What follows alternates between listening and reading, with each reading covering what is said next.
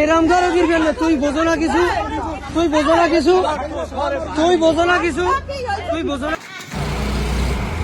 শাওন শাওন শাওন দে সোনারে কো সোনারো কো শাওন আছে দিতে শাওন সাদো তিন বড় দেবা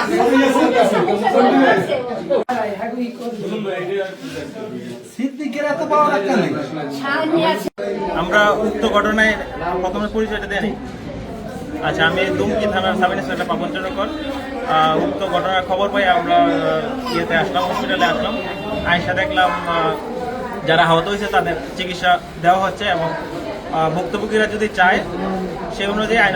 5 জন আসলো, 5 জনের মধ্যে আপনার হচ্ছে সাফিয়া বেগমের অবস্থা বেশি খারাপ, অত্যন্ত খারাপ। কারণ ওনার দেখলাম যে আপনার হচ্ছে যে এখানে আপনার হচ্ছে ইনসিস্টোন আছে এবং এটা খুবই গভীর। এটার জন্য আমরা আসলে একে শেরে বাংলা মেডিকেলে রেফার করা হয়েছে।